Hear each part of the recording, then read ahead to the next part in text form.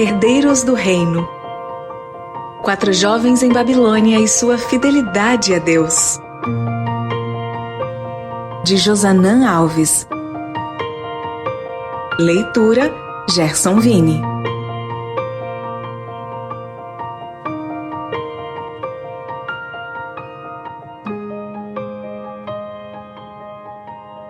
Capítulo 18. As profecias de Deus e o Deus das profecias. Ellen White escreveu: Deus não pôs sobre ninguém o encargo de estimular o apetite pelas doutrinas e teorias especulativas. Um Deus sábio o suficiente para me criar e ao mundo em que vivo é sábio o suficiente para tomar conta de mim. Philip Yancey. Há 10 anos recebi um e-mail que me prendeu a atenção já pelo título: Urgente. Pastor, pregue sobre isso. Lembro-me de que na época eu estava preparando um sermão para um congresso e estava tendo dificuldade em terminar a mensagem. Então, com um sorriso mental, pensei: pronto, aí está meu sermão. Quando abri o e-mail, li o texto. Uma irmã falava sobre uma fábrica na Alemanha que estava preparando um pequeno chip que seria usado no ano seguinte como a marca da besta. Aqueles que se recusassem a receber o implante desse chip seriam inicialmente proibidos de comprar ou vender, e então seriam perseguidos e mortos. O texto terminava com um apelo para que eu não me esquivasse de compartilhar essa mensagem com o máximo de pessoas possível, com a advertência de que, se eu não fizesse isso, teria o sangue das pessoas não advertidas sobre minha cabeça. Quando terminei a leitura do e-mail, retornei ao preparo de meu sermão, pois percebi que aquele não seria um bom tema para apresentar no congresso.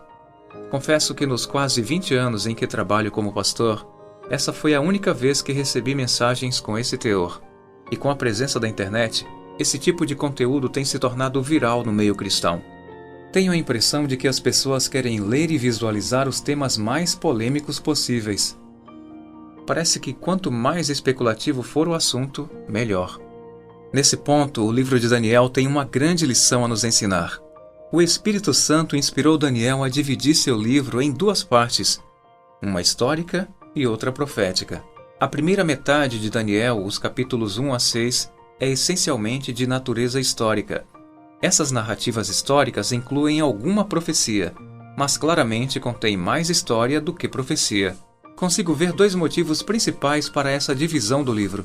Em primeiro lugar, muitos pensam no livro de Daniel apenas como um conjunto de profecias sobre animais terríveis e espantosos, chifres, perseguições, decretos, etc. É bem verdade que todos esses assuntos estão presentes na segunda metade do livro. No entanto, o fato de Daniel usar praticamente a metade do livro para apresentar sua história de fidelidade e compromisso, bem como a de seus 3 amigos, deve nos chamar a atenção para a seguinte verdade: antes de conhecermos temas proféticos, precisamos conhecer modelos de fidelidade e compromisso. Em outras palavras, se você aprender as lições dos primeiros 6 capítulos de Daniel, estará preparado para as profecias que serão apresentadas na segunda metade do livro. Em segundo lugar, costumo dizer que, infelizmente, muitos estão estudando as profecias ao contrário. Só conseguem olhar para os livros proféticos e ver desastres, perseguições, decretos, marca da besta, etc. O livro de Daniel, porém, nos alerta para a realidade de que só iremos passar pelas profecias se primeiramente Deus passar por nossa história. Precisamos entender que Deus não apenas intervém no curso da história profética, mas também se envolve em nossa história pessoal. Deus quer ter uma relação de comunhão conosco, para que quando as profecias se cumprirem, estejamos preparados para enfrentá-las. O livro do Apocalipse começa com essa mesma perspectiva. Ao longo do livro, João discorreu sobre vários temas proféticos, como bestas, pragas e perseguição. Entretanto, no primeiro verso ele escreveu: Revelação de Jesus Cristo. João estava tentando nos fazer entender já nas primeiras palavras do livro que o objetivo do Apocalipse não é falar sobre bestas, perseguição e decretos, mas revelar Jesus Cristo. Se você não encontrá-lo em cada página do livro, não compreenderá o objetivo do Apocalipse. Por favor, não me entenda mal. Não estou dizendo que não devemos conhecer os temas proféticos. Devemos conhecê-los profundamente e estudar cada detalhe da profecia de Daniel e do Apocalipse. Essas profecias são como mapas para os últimos dias. Se conhecermos os temas proféticos, mas não conhecermos Cristo de maneira individual e pessoal, Se conhecermos em detalhes o futuro profético, mas não conhecermos o Senhor da história e da profecia, iremos nos perder mesmo com centenas de gigabytes de vídeos sobre decretos, perseguição e marca da besta. Quer um exemplo?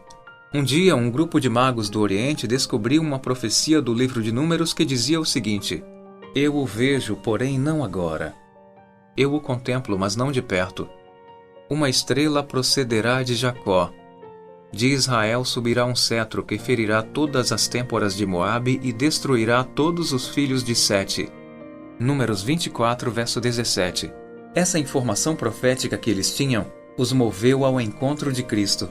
Como eles não sabiam bem onde encontrar o Messias, decidiram ir a Jerusalém, a capital do conhecimento profético. Imagino que eles esperavam que a cidade estivesse em festa pela chegada do rei prometido na profecia. Contudo, ao chegarem ao palácio de Herodes, todos ficaram alarmados com as notícias. Imediatamente o rei Herodes mandou chamar os experts em profecias para saber onde o Cristo deveria nascer.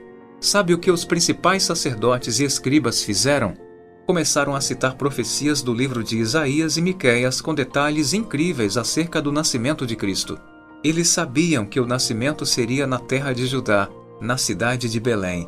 Esses mesmos livros que eles citaram falavam que o nascimento seria de uma virgem, e eles tinham à disposição o capítulo 9 de Daniel, que contém a incrível profecia das 70 semanas e seus detalhes sobre a vinda do ungido de Deus. Você percebe? Esses experts tinham todos os detalhes proféticos e isso era importantíssimo, mas não tinham o Cristo da profecia. O pouco que os sábios do Oriente conheciam os levou a Cristo. É isso que nosso conhecimento profético deve fazer: nos levar a Cristo. Não busque na profecia apenas o conhecimento especulativo. Busque um conhecimento relacional com o Deus do presente, do passado e do futuro. Quando estudamos as profecias sob essa ótica, conseguimos ver além do caos, da morte e dos decretos. Não me lembro bem da idade que eu tinha, mas me recordo da primeira vigília de que participei. Sempre ouvia falar de vigílias na igreja. No entanto, até aquele momento, uma vigília não passava de um culto muito demorado para mim. Havia chegado então minha vez de saber o que realmente era uma vigília. Lembro-me de que um dos temas que seriam apresentados naquela noite seria relacionado à perseguição dos últimos dias. Imagino que o pregador se preparou bem para aquele sermão, pois tinha dezenas de detalhes sobre como tinham sido as perseguições ao povo de Deus no passado e como será a perseguição no futuro. Ele falava com tanta ênfase e energia que o suor escorria por seu rosto e nós nos encolhíamos nos bancos da igreja. Ele falava sobre armas que seriam usadas, falava sobre como seria viver escondido no mato durante esse período, falava sobre o momento em que estariam apontadas para os que decidissem ser fiéis. Lembro-me de que, após aquela vigília, vários adolescentes tiveram dificuldades para dormir por algumas noites. Isso é o que chamo de apresentar as profecias ao contrário. É claro que na profecia bíblica, uma perseguição religiosa irá se levantar contra os fiéis nos últimos dias. Mas aquele pregador esqueceu de mencionar a perseguição na perspectiva daqueles que estiverem ao lado do Deus da profecia.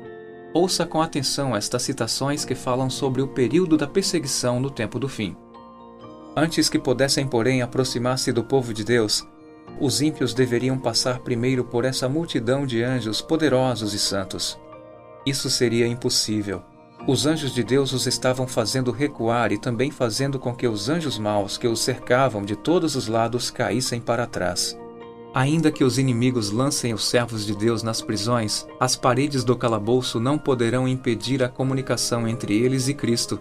Aquele que vê todas as suas fraquezas e sabe de toda a provação está acima de todo o poder terrestre. E anjos virão a eles nas celas solitárias, trazendo luz e paz do céu. A prisão será como um palácio, pois os ricos na fé morarão ali. As paredes sombrias serão iluminadas com a luz celestial, como quando Paulo e Silas à meia-noite oraram e cantaram louvores na masmorra de Filipos. Hoje, apenas as pessoas mais poderosas e ricas do mundo podem ter guarda-costas e morar em palácios. No tempo da perseguição, todos os fiéis terão esse privilégio. Portanto, não precisamos temer a perseguição futura. Precisamos sim ter medo de passar o dia de hoje sem Cristo. Este é o objetivo de inserir tanta história no livro de Daniel. Assim como na vida de Daniel e seus amigos, Deus quer fazer parte de sua história para preparar você para morar eternamente com Ele. Por isso, devemos não apenas conhecer as profecias de Deus, mas especialmente o Deus das profecias. Termino este capítulo fazendo 2 convites. Primeiro, estude as profecias de Daniel e do Apocalipse. Compre algum comentário sobre esses livros no site cpb.com.br e reserve algum tempo a cada semana para compreender as profecias.